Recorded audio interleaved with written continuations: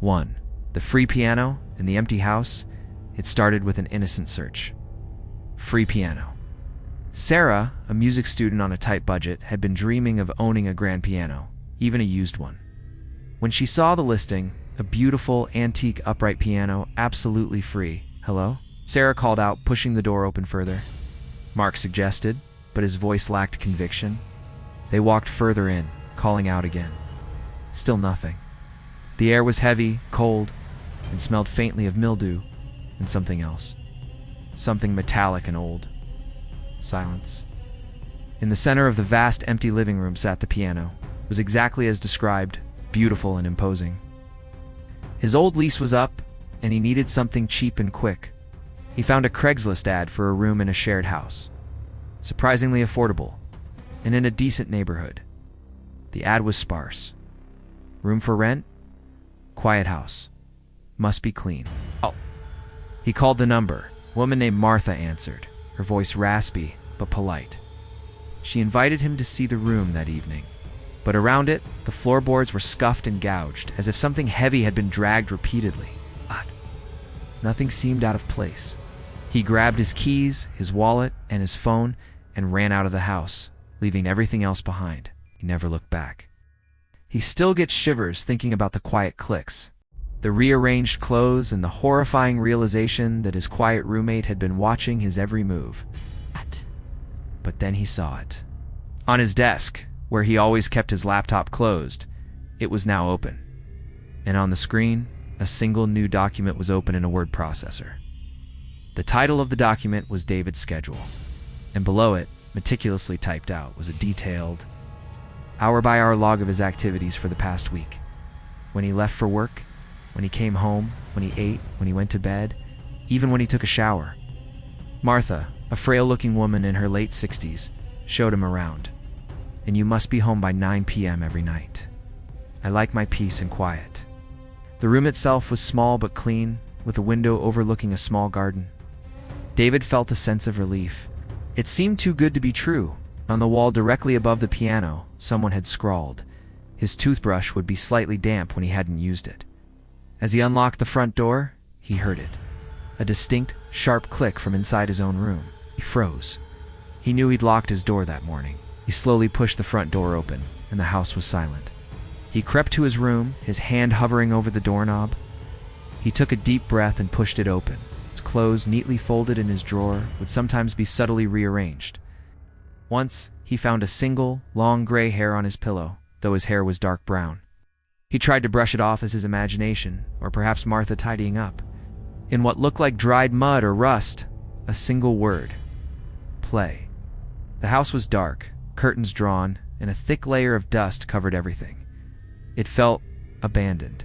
She spent most of her time in her room, and David rarely saw her. He'd come home from work, eat, and retreat to his room. But then, the oddities began. A faint creaking of his door, as if someone was gently pushing it open. Just a crack. He'd sit up, heart pounding. But when he looked, the door would be closed.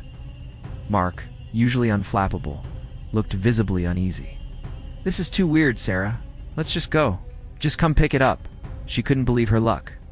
The address was in a quiet, older part of town, a bit out of the way, but she figured it was worth the drive. She called the number listed. They froze, listening. Another creak, closer this time. It sounded like someone was slowly, deliberately, walking towards the top of the stairs. Sarah grabbed Mark's arm. Without another word, they bolted from the house, not daring to look back. They never called the number again, and the free piano listing mysteriously disappeared from Craigslist the next day. Sarah often wonders what, or who, was waiting upstairs, and what would have happened if she had decided to play. A man with a strangely flat, unenthusiastic voice answered, "Yeah, the piano, it's still here. Just come whenever. The door's unlocked." Sarah found this a little odd, but assumed he was just busy or socially awkward. She arranged for her strong friend Mark to come with her the next morning. They arrived at the address, a large Victorian-style house with overgrown hedges and peeling paint. The front door was indeed ajar. Maybe they're just out, then they saw it. Chill ran down Sarah's spine. As they turned to leave, a floorboard creaked upstairs. 2. The roommate wanted. David was desperate for a new place. The house was small, neat, and surprisingly quiet, just as the ad promised. "I just have one rule," Martha said, her eyes fixed on him. "No guests, ever." David, eager for a place, agreed without much thought. He moved in the next day. First few days were fine. Martha was indeed quiet, almost eerily so. Then came the sounds. Soft, shuffling noises from the hallway at night, long after he'd gone to bed. One evening, he came home a little late, just past 9 p.m. The room was empty. David didn't wait to confront Martha. 3. The antique mirror and the reflection. Emily loved antique hunting. She spent her weekends scouring flea markets and online classifieds for unique pieces to decorate her small apartment. A man who gave his address as a rundown warehouse on the outskirts of town. When she arrived, the man, gruff and unsmiling, pointed to the mirror leaning against a dusty wall. It was even more impressive in person, despite the grime. The glass was old, slightly warped, giving reflections a subtle melancholic distortion. She paid him cash, and with the help of a friend, carefully loaded it into her van. One day on Craigslist, she stumbled upon an ad for an antique Victorian mirror. The photo was blurry. In the mirror, her reflection was asleep on the couch, just like her. But the figure was there too, standing directly over her reflection, its shadowy hand reaching out towards her reflection's face. Once clean, it looked magnificent, dominating her living room wall. But her reflection was smiling. A slow, chilling, predatory smile, utterly unlike her own. But it showed a large, ornate mirror with a dark, heavy frame. The price was unbelievably low, practically a giveaway. The seller simply stated they managed to take the mirror down, wrap it in old sheets, and drag it out of her apartment building. She drove it to a deserted field outside of town and left it there, never looking back. She never bought another antique mirror. And to this day, she avoids looking at her reflection for too long, always wondering if that chilling smile might reappear. This must go today. Moving. Be careful what you seek and who you meet online. One evening, as she was reading on her couch, she glanced up at the mirror. Her reflection was there, but behind her, in the reflection, a figure stood. Tall, gaunt, with long dark hair obscuring its face. It was standing directly behind her in her living room. She contacted the seller back at her apartment.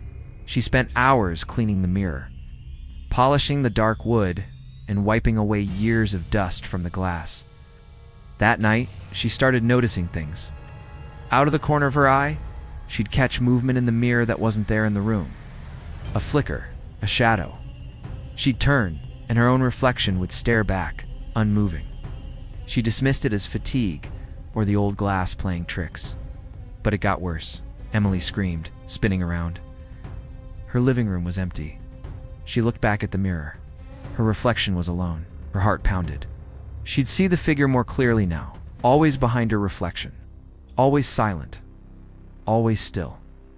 Sometimes it would be closer. Sometimes its head would be tilted, as if observing her.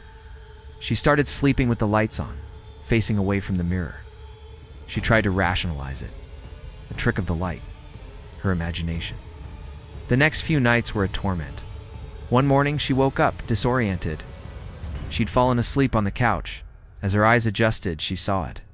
Emily scrambled up, a primal scream caught in her throat. She looked at the mirror. The figure was gone. Terrified, Emily grabbed a blanket and threw it over the mirror, covering it completely. She called her friend, frantic.